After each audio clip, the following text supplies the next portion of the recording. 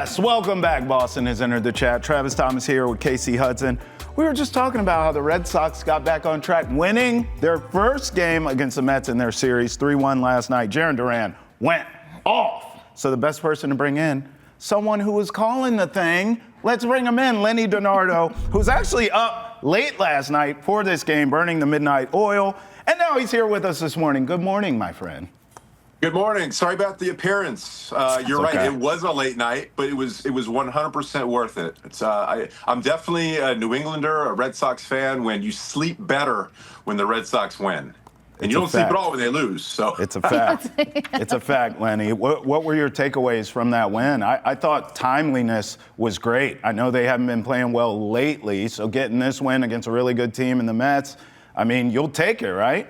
Absolutely. Before yesterday's game, Ramon Vasquez, who was the interim manager for one game yesterday because Alex Cora was at his daughter's graduation, said on the bench to the media, he's like, listen, I hope this team jumps ahead early, gets a little momentum, and then takes it from there. And that's exactly what they did. They jumped on the ghost fork really early. They hit it when it was a mistake over the middle. They actually went down and got the barrel to the baseball. You can see the scouting report. They knew that pitch was going to be down in the zone consistently, and because of that, they were sitting there ready and waiting for it. And you mentioned Duran. First pitch of the game, got a fastball, didn't let it get past him, drove it down the right field line to kind of set the tone for the game. Hunter Dobbins yesterday went 4 2/3, and he went 4 2/3, and you hear that and you say, okay, I wish these guys would go deeper, but it was only 66 pitches, and they switched him out for Justin Wilson because they wanted Lindor to be in the right-hand batter's box. He's better as a lefty, so they switched him around, and also Justin Wilson, after that at-bat, 14 at-bats, 7 strikeouts. So we're looking at the analytics here. We're seeing the matchups, and it was a great move because he ended up getting it done for him. Great job by the bullpen all together, and just an all-around great win for the Red Sox. Len, you mentioned the bullpen, so I got to ask about your thoughts on the efficiency of the bullpen last night, because that helped secure this 3-1 victory over a Mets team that was expected to come in and make a statement. Yeah, if you're coming out of the bullpen, there's no time for ball one, ball two. You've got to pound the strike zone. It starts with strike one. The mentality is get ahead with strikes and get them out with balls, which means if you can go 0-1, 0-2, and then expand outside the strike zone, east-west or north-south, they're going to expand. They're going to chase. And when you've got guys that throw gas like Slayton and Chapman, and you have guys like Wilson, who's good against lefties and righties, and Weiser, who has a ton of movement. If they're in the strike zone, pounding the zone, and with a lot of intent, they're going to be successful. When bullpens fail, they're walking batters, and we've seen that in the recent past. We had a recent game where they walked 5 guys in a row, and that never helps a winning cause. Lenny, I covered Juan Soto in D.C. with the Nationals, and, I mean, he got a reputation for being clutch in big games, hustling, working hard, having the swag, of course, in the clubhouse as well. Everyone loved him. He was just a young player back then. Now you look up, I mean, the Mets are taking shots at this guy now. We're paying you all this money. You're not even hustling. Hit a ball last night. He was styling and profiling, thinking it was going out of the yard. Incorrect, sir. So he didn't hustle. What do you see? Like, what do you make of Juan Soto as a Met? It kind of looks like he stinks to me, Lenny. I mean, honestly, did the Sox dodge a bullet not signing this guy for all the money in the world? Well, you know what? He's a generational talent. We can't say anything other than that. He's really good. The talent's there. He's not himself right now. Yeah. And even with him not being himself, his stats are pretty good so far. But as far as not hustling, it takes zero talent to not get out of the batter's box quickly. There are a lot of young kids out there that look up to him. And if they're watching last night's game, they're seeing a guy that got a single on a hit off the Green Monster that should absolutely have been a double. And after the game, he basically said, if you're watching the game, I hustled. Come on, the camera doesn't lie. At Fenway Park, you have to run to first base hard every time, especially when it's hit towards the wall, because you never know what's going to happen. Jarren Duran is a perfect example of that. He gets on second base so many times just because he gets out of the box quickly. And again, it takes zero talent to hustle. You've got kids' eyes on you watching you, trying to figure out how they want to play this game. So you got to go out there and bust it every time. There's no excuse for that. All right, I'm going to kind of go against Travis here a little bit. Come to my team, Lenny. Come to my team. Controversy. Was it Soto didn't do, or is it what the Red Sox did better? Because in my personal opinion, I just feel like I saw some progressive things out of the Red Sox as a whole, being able to contain or, let's say, minimize a guy such as Soto and keep him to just one hit on the night.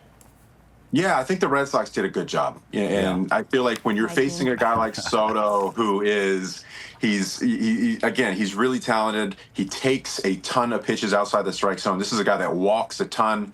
So you have to be careful, because if you're picking on and nibbling on the corners too much, he's going to get on base 3 times via the walk. And he's probably going to get a hit in there too. So you have to be careful. You have to really buckle down. There's certain guys in the lineup that you really can't let beat you. And these guys really do beat you all the time. But that's why you highlight them or circle them. You have to throw your best pitch from pitch number 1. You can't pitch from behind the count. It's just living dangerously. And the Red Sox overall did a really good job of being careful with him and keeping him intact with the fastball, with the movement inside the zone. And when I say movement inside the zone, you start your 2-seam fastball fading this way on the third of the plate, and then it works its way off the corner.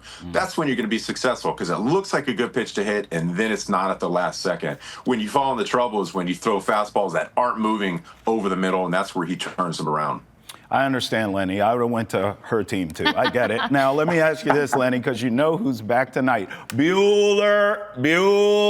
Walker Buehler is back. By the way, I thought he was pitching well. What can we expect tonight, Len? You're right. He was pitching well. Let's see. He's had, if I can remember, he's had 6 starts with the Red Sox so far this season. The Red Sox are 5-1 in those starts. Right. He's already gone 7 innings once this season. He's got a huge arsenal that he can go to. And when you have a big arsenal like that, sometimes you're not going to have 2 or 3 pitches working. But if you don't have those 2 or 3 working, but you still have 2 other or 3 other pitches working, you're still giving yourself a chance to go out there and compete. It's the guys that have 2 pitches and one of them it just doesn't show up that day, that's when you're in trouble. So it's nice to have a big arsenal to go out there. And again, he's another guy that competes day in and day out. He's got good stuff. He's not blowing your doors off with your fastball, but he's got a lot of movement. Like I said, a ton of pitches, and he spots all over the place. He goes up, down, in and out, and he makes batters uncomfortable consistently. So I'm hoping he picks up on the right footing and basically takes off where he left off. Yeah. Lenny, I have some friends from back home in Maryland coming to watch the Orioles-Red Sox series. Apologize to them now. And they were talking so much bull jive to me before the season started about the series, and now they are quiet as mouses. I love it. I mean, they are in the midst of a hellacious losing streak. Last I looked, it was 7. I don't know what the hell it's up to now. They fired their manager. The O's are a mess. Is this next series great timing for the Sox, Lenny? Yeah, especially facing Kansas City, Detroit, now New York. You got to go out there and take it to them. You got to, I hate to say it, but you got to kick them when they're down, because guess what? Every win counts. You're hovering around 500 this whole year. You've got to go out there and win ball games to catch up to the Yankees. I just happen to be wearing my Rob Bradford Baseball Isn't Boring t-shirt in Oriole color. So, this is for your buddies in Baltimore. They fired Brandon Hyde, who was the AL Manager of the Year in 23. That's not that long ago. And they didn't sign Santander. They don't have Corbin Burns anymore. The youngsters, which is going to happen, are scuffling because, listen, big league pitchers, big league hitters are going to make an adjustment, and the best young players make that second adjustment in order to stick around the big leagues and succeed. And they just haven't quite done that yet. They're going to. They're very talented, but they didn't build around any of these kids. So, this is what you get when that happens. We're going to blame that Orioles orange on the lack of sleep, because I just picked up on it.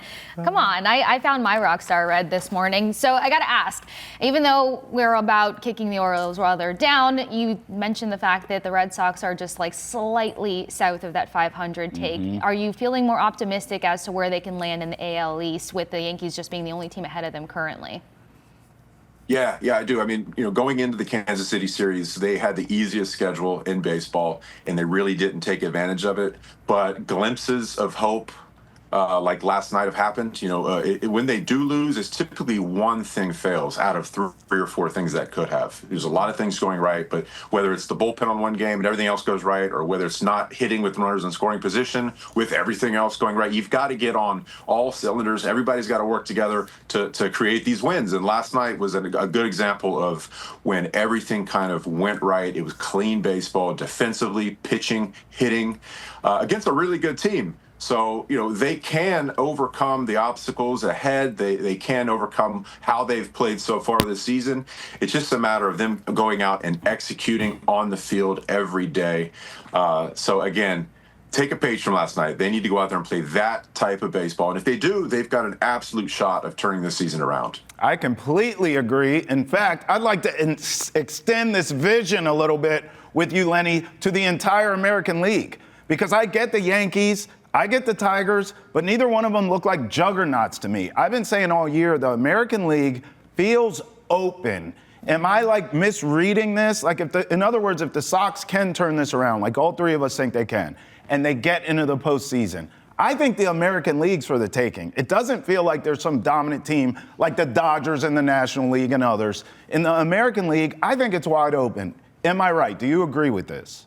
I do agree with that. I feel like a lot of these teams are flawed. Watching a team like Kansas City, they're good, but we took 2 out of 3 from them, right? Detroit is really good. They can hit the ball, they can pitch, they kind of do everything right. These teams that are really good, maybe not elite right now compared to, say, a Dodgers, are just being very consistent right now. It's all about consistency. They don't take 2 or 3 days off on the field, kind of just letting these games go away. They're consistent, whether it's pitching or hitting or defense. That's what you got to do. And as far as Boston, the defense at first base, you're shuffling a few guys around there. Hopefully there's a little bit more consistency in the future, and hopefully these guys get their feet under them and learn the position. I think that's going to come around. On paper, this team is a lot better defensively. We haven't seen too much difference from last year, but with Bregman and Story healthy, and I think Campbell has gotten better at second base. Who knows if he's going to be at first base at some point too. If they develop that consistency with the glove, catching and throwing it, they should be able to pitch. Buehler's coming back, and Rafael Devers going off, and Duran and Bregman. These guys are hitting the baseball. That's the consistency we need for these guys to continue to go out there and get better throughout. Amen. Okay, we'll let you go with this one. I just have to ask, are you an actor? Because every time I look up here at NESN, you are in a skit or a short. I just saw one about a beard and mustache combination. Yeah, in fact, don't take our word for it. Let's take a look. Beard's looking pretty good. Needs a little oil, I think. Where's the oil? All right, who took my oil? Listen, I'm the beard guy around here. I don't need people taking my beard oil. What is it? Oh, yeah, no, I don't work. Beard burn! What? Oh my God. What's Wear it. Oh, what's going on? Beard burn. Everybody gets one. Come on. It's my beard oil. How many times do I have to tell you guys, leave my beard oil alone? Look out, beard coming through. Sean, Derek, where's my beard oil? The audacity. First of all, where's the beard right now? Just Secondly, do you rude. enjoy doing these? Because you're so good at it, bro. Well, the ironic part is, could you even see a beard? I'm looking at that, and it's so kind of just like white and patchy. It's like barely there, and that's like 2 weeks worth of work for me. So that's the ironic part. Is like, I'm like brushing nothing. But you know what? We like to have fun. Yeah. This is like 3 days, but we like to have fun, and I got to give it to the workers because they at NESN, because I asked them to do this, and everybody's like more than willing to have fun, and we're trying to show a little personality and switch it up a little bit every now and then. And we've probably done, I'm guessing, in the past 2 or 3 years, 6 or 7 of these. They're a lot of fun. It just kind of gets us away from the numbers and the monotony that can happen sometimes during a 162-game baseball season. So it's fun. We'll continue to do them as long as they let me kind of be goofy, I guess. That's the only word I can put. Yeah, I mean, listen, as you know, NESN, we're all a big happy family, and one of the reasons why is because we're all crazy. So you fit in beautifully here, Lenny, and we love you, brother, and we appreciate you getting up early with us and partying with us. I would tell you we won't ask you again, but we definitely will be asking you several more times throughout the season, okay? Yeah. My pleasure, my pleasure. Totally worth getting up, especially after a W. Absolutely. We'll make that happen each time we ask you. Thank you, Lenny. Have a great day. Well, each Thanks, time guys. now the Red Sox win, we have to. Well, we got to get music takes from Gotta get Lenny, music. and then I got to get my tag team answer about him and Pellerin. Yes. And the wrestling. She did leave that question on the cutting room floor, which I thought was Fine. great. We just ran out of time. Exactly. It means we're going to have him back. So, Yes. Lenny, if you can still hear us. In fact, Have that cooking. hashtag NESN chat. Send us some tag team names for Lenny and Adam Pellerin. This is great. Do not disappoint me, Boston.